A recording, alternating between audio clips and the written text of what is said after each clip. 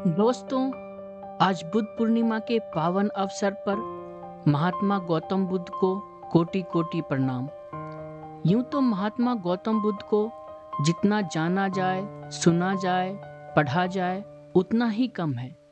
एक जिज्ञासा निरंतर मन में रहती है, उन्हें जानने को, उन्हें सुनने को। उनके जीवन से संबंधित सारी घटनाएं और बातें एक अलौकिक शक्ति की तरह आनंदप्रद लगती है और हमेशा हम उसे जानने की, सुनने की, पढ़ने की चेष्टा करते हैं। तो आइए एक बार फिर हम कोशिश करते हैं महात्मा गौतम बुद्ध को जानने की। 2554 वर्ष हुए वैशाख पूर्णिमा को लुम्बिनी के राजोधान में सूर्यवंशी इक्ष्वाकु सनातन राजा शुद्धोधन को एक पुत्र उत्पन्न हुआ जिसका नाम सिद्धार्थ रखा गया।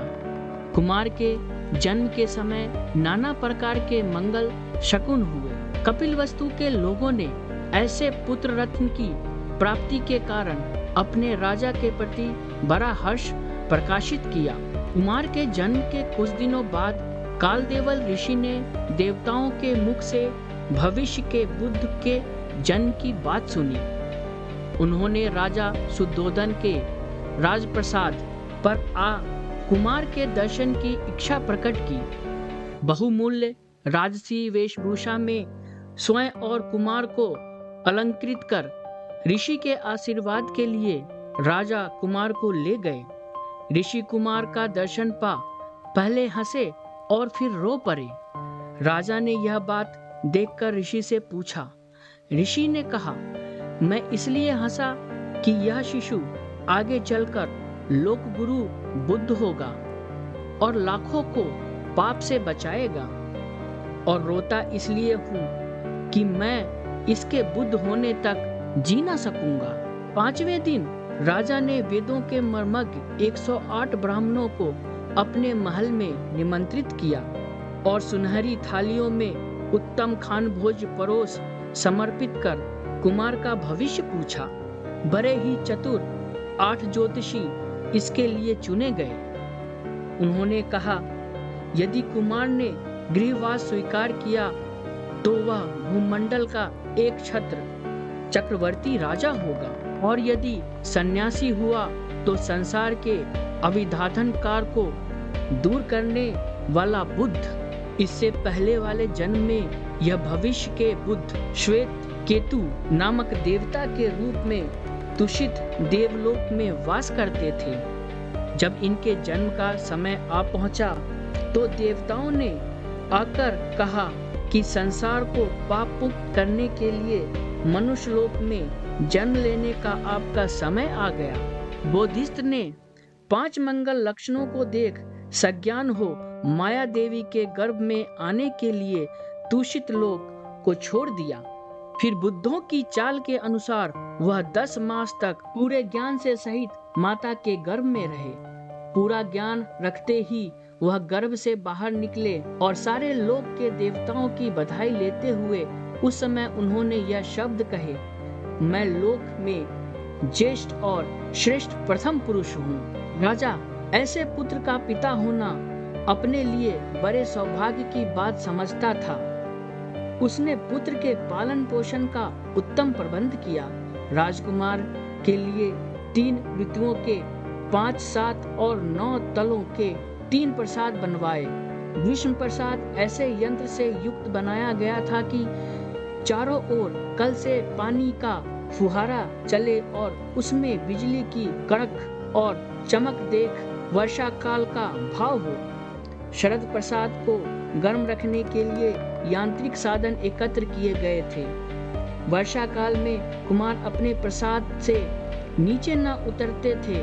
राजोधान में कुमार के लिए सुंदर स्वच्छ पुष्पकर्णी मधुर पूजन करने वाले पंचर बद्ध शुक कुमार के साथ खेलने के लिए कितने ही समवयस्क शाक्य कुमार थे। कुमार की भविष्य धर्मपत्नी शील सौंदर्य संपन्न यशोधरा कुमार के जन्म के दिन ही देवदह में उत्पन्न हुई थी, जिसे 16 वर्ष की अवस्था में कुमार ने स्वयंवर यज्ञ में अनेक कलाओं में अपना हस्तलाघव दिखाकर प्राप्त किया।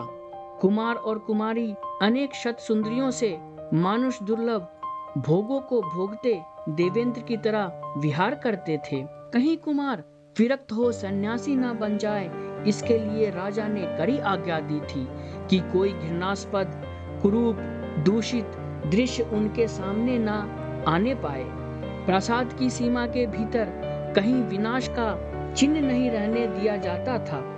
सूखे फूल, पीली पत्तियां तक उद्यान में न रहने पाती थी कि कहीं इससे कुमार के चित्त में निर्वेद न पैदा हो।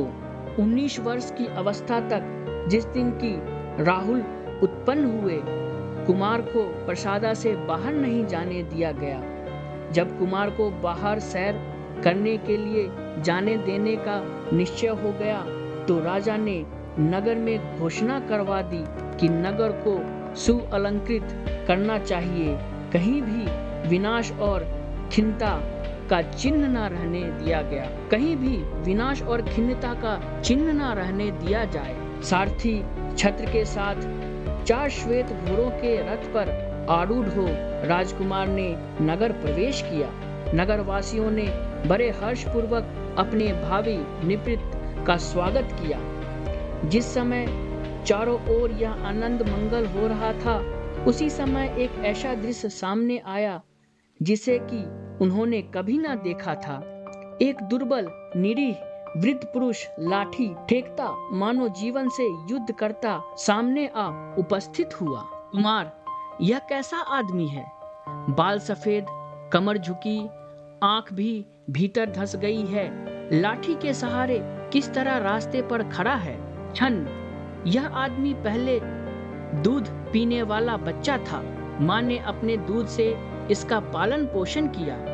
जवान होने पर यह बहुत ही सुंदर, खेल कूद में तत्पर, 5 प्रकार के इंद्रिय सुखों के भोगने में लिप्त रहा।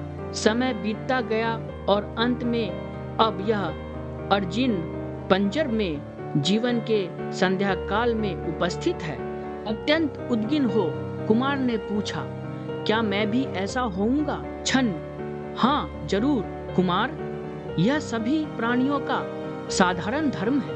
कुमार ने उस सुख से मनुष्य को क्या चित्त संतोष होगा जो कि इतनी जल्दी विलीन हो जाता है। कहा सारथी को रथ लौटाने के लिए कहा, क्योंकि उन्होंने वह हृदय द्रावक दृश्य देखा जिसके देखने की आशा न थी। लौटते वक्त रास्ते में उन्होंने क्रमशः 3 और दृश्य देखे। एक चिररोगी जिसके मुंह हाथ पर सूजन, शरीर कांति नष्ट, जो कठिन वेदना से करा रहा था। दूसरा, रोते हुए संबंधियों से अनुगत 4 जनों के कंधों पर एक मुर्दा ले जाया जा रहा था। तीसरा, एक प्रसन्न वदन काशायधारी भिक्षु जिसके चेहरे से मानो तेज बरस रहा था। सारथी ने कुमार को बतलाया, जो संसार में उत्पन्न हुआ है सभी के लिए व्याधि, जरा, मरण और मृत्यु अनिवार्य है। इन आपत्तियों से बचने का कोई उपाय नहीं है। कोई ही इस काश्यधारी भिक्षु की तरह है जिन्होंने व्याधि, जरा, मरण पर विचार करके गृह त्याग दिया और वह रास्ते को ढूंढने में लगे हैं जिसे पाकर कि व्याधि, जरा, मरण से छुटकारा मिले। जिस समय कुमार उसके प्रशांत मुखमंडल पर एकटक देख रहे थे, उसी समय भिक्षु आकाश में उठकर अंतर्धान हो गया। यह अंतिम चिन्ह उसके क्षत हृदय के लिए मलहम जैसा था। यदि हो सका तो आज ही गृह परित्याग करना है। यह निश्चय कर जिस समय कुमार महल की ओर लौट रहे थे, उसी समय राजा शुद्धोधन का आदमी समाचार लेकर आया। राजकुमारी यशोधरा को पुत्र उत्पन्न हुआ। यह सुनकर कुमार के मुंह से निकल पड़ा, राहुल। दूत ने राजा को सूचना दी कि कुमार ने समाचार सुन राहुल कहा। राजा ने समझा यह कुमार के नाम के लिए कहा है और कुमार का वही नाम रखा। उसी समय एक और भी घटना हुई जिसने कुमार की निर्वाण प्राप्ति की इच्छा को और प्रबल कर दिया। ईशा गौतमी नाम की शाक्य कुमारी ने अपने महल की खिड़की से कुमार को देखकर एक गाथा कही। अति निर्वित माता सोई, अति निर्वित पितु सोए, अति निर्वित नारी सोई, जासुपति अस होए। कुमार ने निर्वित शब्द सुनकर सोचा, जब राग द्वेष मोह मान और मिथ्या दृष्टि की आग बुझ जाए तब पुरुष निर्वित होता है। और इस पर बहुत प्रसन्न हो अपनी बहुमूल्य मुक्ता माला को उतार कर गुरु दक्षिणा के तौर पर कुमारी के पास भेज दिया। राजकुमार महल में गए और जाकर सिंहासन पर बैठे। देव कन्याओं जैसी सुअलंकृत सुभूषित सुंदरियों ने नृत्य गान वाद आरंभ किया। कुमार के लिए अब यह नीरस था। वह जल्द ही निद्रा में चले गए, जिस पर वह सुंदरियां भी अपने अपने वादों को रखकर सो गई। जब कुमार की आंख खुली तो उन्होंने उन स्त्रियों को नाना विभत्स रूपों में सोए देखा। कोई अर्धनग्न थी, किन्हीं का मुंह खुला हुआ था, कोई दांत पीस रही थी, कोई बर्रा रही थी। उस समय उन्हें वह इंद्र भवन सा भव्य प्रसाद मृत शरीरों से पूर्ण शमशान सा दिखाई पड़ता था। कुमार उद्विग्न हो बोल उठे, यह कितना हृदय विदारक और घृणापूर्ण है। मेरे लिए आज ही महाभिनिष्क्रमण करना उचित है। फिर राजकुमार ने जाकर सारथी छत्र को उठाकर घोड़ा तैयार कर लाने की आज्ञा दी। उस समय उनके मन में विचार हुआ, अंतिम समय एक बार अपने पुत्र को देख लो। और वह यशोधरा के शयनागार की ओर गए। वहां उन्होंने जूही के फूलों की शैया पर राजकुमारी को एक हाथ शिशु के सिर पर रखे सोए देखा। उन्होंने सोचा, यदि मैं राजकुमारी के हाथ को शिशु के सिर से हटाऊंगा तो राजकुमारी जग उठेगी और मेरे प्रयाण में विघ्न होगा। मैं पहले बुद्ध बनूंगा और फिर आकर पुत्र को देखूंगा। यह सोच वह महल से उतर वहां पहुंचे जहां घोड़ा खड़ा था। पास जाकर उससे कहा, प्रिय कंठक, आज रात मुझे पार करो। जब मैं बुद्ध हो जाऊंगा तो देव और मनुष्य लोक को पार कराऊंगा। उसी रात को राजकुमार सिद्धार्थ ने महाभिनिष्क्रमण किया। महान गौतम बुद्ध के चरणों में सत सत प्रणाम, उनके विचारधारा को शत शत प्रणाम, उनके निर्वाण को सत सत प्रणाम।